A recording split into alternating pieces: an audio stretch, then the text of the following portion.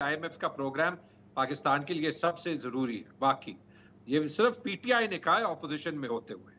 जब ये लोग ऑपोजिशन में होते थे तो आईएमएफ के प्रोग्राम को या फैटिफ के बिल्स पास करने को गद्दार गद्दार के नारे हुकूमत को लगाते थे, है ना? याद है नादिया?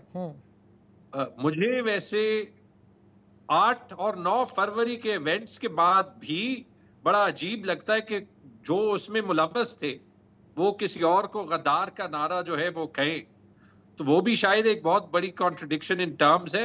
और ये भी देख लें कि जो ये आईएमएफ का इतना ज्यादा भाषण देते हैं ना, एक मिफ्ता इस्माइल बेचारे ने आईएमएफ का प्रोग्राम जो है वो अच्छी नियत से बुरी नियत से साइन ऑन कर दिया, 3 हफ्ते में वो खुड्डे लाइन हो गया।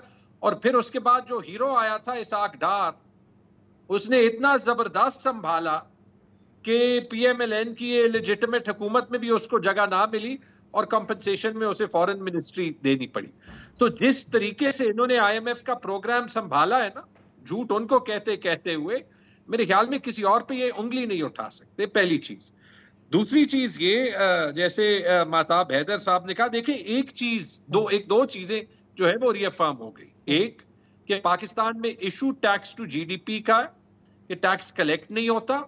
और दूसरी चीज ये कि इस एनएफसी अवार्ड में वाकई मिल के बैठ के जो है वो एक नए अवार्ड इंस्टीट्यूट करने की जरूरत है।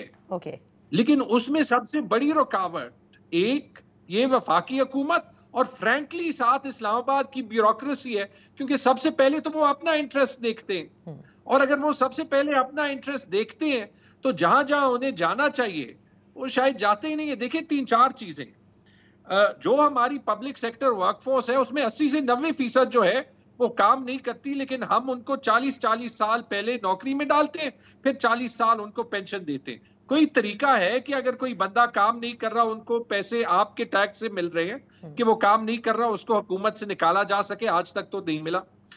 पेंशन, आपको पता है नेशनल पेंशन बिल कितना है? 1.6 ट्रिलियन रुपीस।